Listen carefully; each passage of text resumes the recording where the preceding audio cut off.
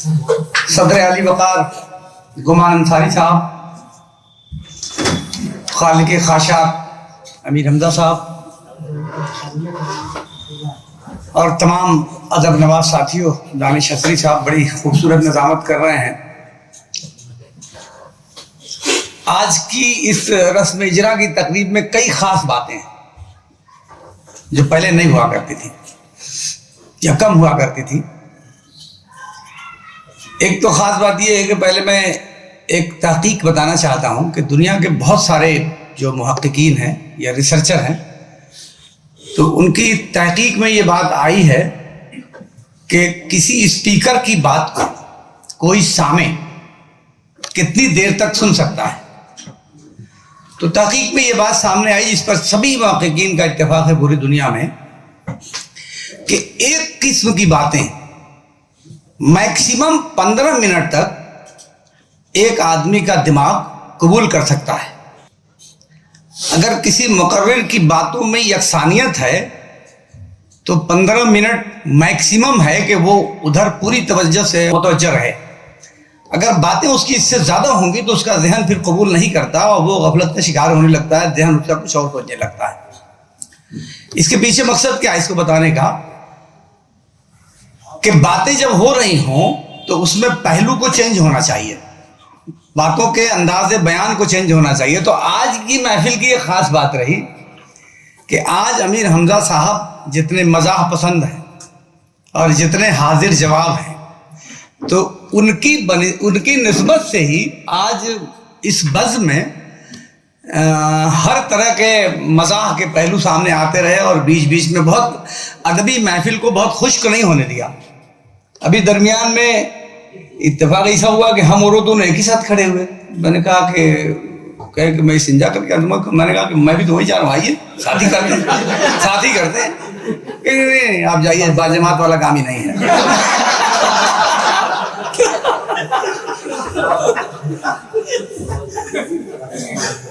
इनकी हाजिर जवाबी का तो कोई छानी नहीं। मेरा आपसे ताल्लुक मैं आज जोड़ रहा था, अभी बैठा अमीर हमजा साहब से मेरा कब से ताल्लुक है, तो मैं जोड़ रहा था कि 36 साल हो गया। मेरी पहली मुलाकात आपसे लखनऊ में हुई थी और उस वक्त कौमी आवाज में आप ग्लोरिया लिखते थे शायद। 36 साल 36 ईयर्स, 36 का आंकड़ा ही लिया। तो उस वक्त ग्लोरिया लिखते थे आप कौमी आवाज में। लखनऊ में मुलाकात हुई थी और चंद जुमलों के बाद ही आदमी दिल में ऐसा बैठा कि आज तक नहीं निकला।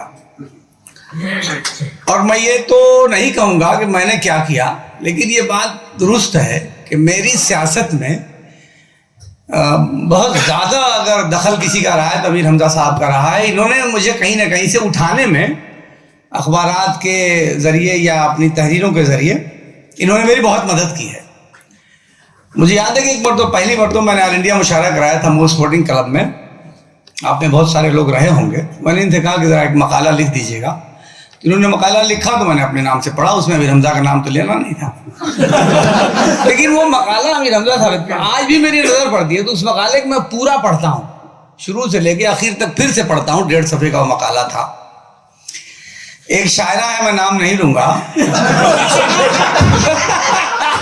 तो उनकी वही किताब आ रही थी, तो उन्होंने कहा, मुझे भेजा है खत के इस पे आप अपना तबसरा लिख दीजिए, तो मैंने उधर पढ़ा दिया। तो इन्होंने तबसरा लिख दिया, मैंने भेज दिया। हाँ मैंने भेज दिया। तो किताब में वो तबसरा उनका छपा, मेरा छपा। तो आप हैरत करेंगे कि जितने लोगों ने वो किताब देखी और पढ़ी, जितने शोरा ने, सब ने कहा कि इस पूरी किताब पर सबसे अच्छा तबसरा अरशद जमाल का है।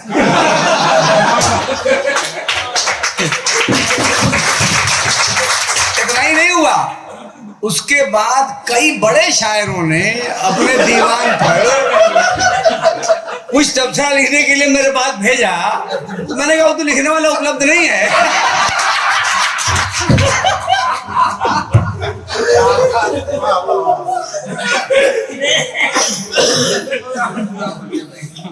अच्छा, कमाल की बात है कि एक आदमी में इतनी खूबी कैसे हो सकती है, समझ से बाहर बात है। मतलब हैरत की बात है कि एक आदमी में इतनी खूबियां कैसे हो सकती है। राइटिंग आप देखिए, कभी लिखते हैं तो कितनी खूबसूरत है, बहुत खूबसूरत। सिर्फ खूबसूरत तहरीर नहीं है, रस्मुल खत भी आपका खूबसूरत है। और लिखेंगे ऐसे जैसे कोई चीज रटी हुई हो, हम लोग उसे दोहरा रहे हो तो वैसे लिखेंगे और नई चीज लिख देंगे। तो तहरीर में इतनी सलाहियत, तकरीर में भी बहुत सलाहियत है, लेकिन वो फ्लो नहीं है जो तहरीर में है। तकरीर भी जब करने पे आते हैं तो दिल लगा के करते हैं, लेकिन जो फ्लो तहरीर में है, नस्र निगारी में, उसका कोई सानी ही नहीं है। किस पहलू पे, किस अंदाज में, कब क्या लिख देंगे कि वो समझ से परे है। अभी जो इनकी किताब में जो फ्रंट है, आप देखेंगे कि एक चिड़िया घोंसला अपना बना रही है तो उल्टे लटकी हुई है। अब उनके पीछे तो उनका संदेश या मैसेज जो होगा वो यही ना होगा, कितनों भी मुश्किल हालात हो, अपने मंजिल तक पहुंचना ही है और अपने उसको हासिल ही करना है। लेकिन मुझको इब्न सफ़ी का एक किस्सा याद। इब्न सफ़ी की किताबें, नावलें बहुत पढ़ते थे हम लोग, आप लोगों ने भी बहुत पढ़ी होगी। उसे अदबी नावलों का मकाम नहीं मिला इब्न सफ़ी की नावलों को, लेकिन अच्छा मिल गया बाद में। तो बस हम लोग पढ़ते थे तो नहीं मिला था, तो हम लोग पढ़ने से नहीं मिला होगा।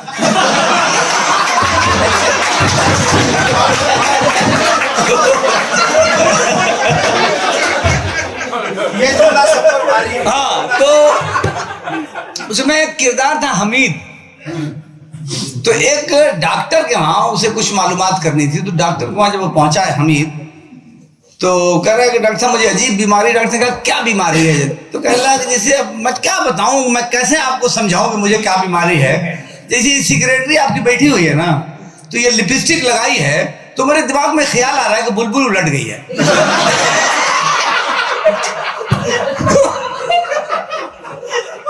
एक किताब का जो मैंने वो देखा तो मुझे पता नहीं क्यों वो वाकई याद आ गया कि बुलबुल उलट गई है। हाँ।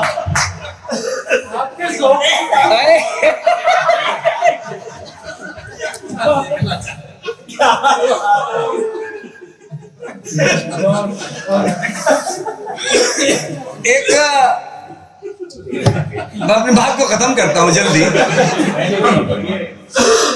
अभी दो नुक्ता हटाने की बात चल रही थी, इम्तियाज भाई आए तो मुझे उन्हीं का एक वाकया याद आ रहा है, इसलिए मैं सुनाऊंगा। देखिए जरा खतरनाक है, पहले बता दे रहा हूं। लेकिन आप दो नुक्ते हटा सकते हैं तो मैं भी कुछ नुक्ते घटा बढ़ा लेता हूं। महफिल में आज आजादी है सबको बोलने की, क्योंकि इस तरह की महफिलें तो बड़ी कम मिलती हैं कि जिसमें कुछ भी बोलने की आजादी है।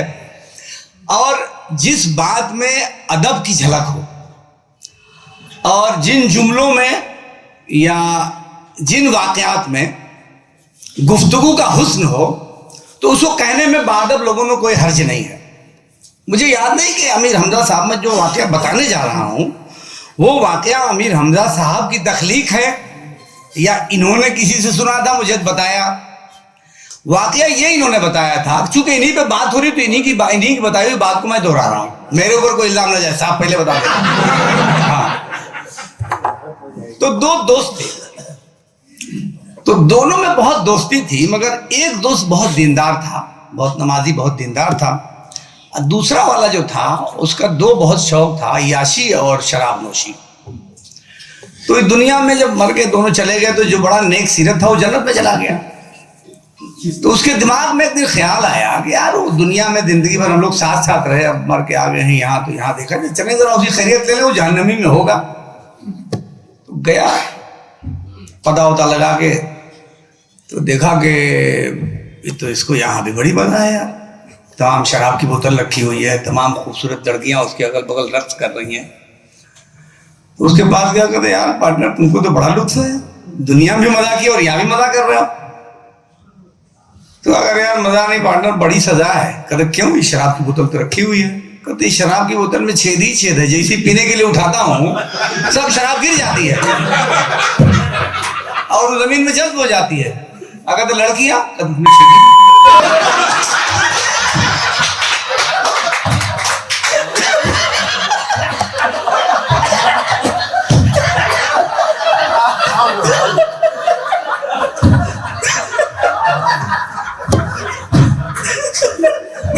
मैंने माफी पहले मांग लिया। कि मेरी बात नहीं है, ये अमीर हमजा साहब जाने, ये जाने कि इनकी तख्लीक है या इन्होंने कहीं से सुना हुआ सप्लाई किया था, मैं नहीं जानता। इनकी तख्लीक भी हो सकती है, पक्का समझिए आप।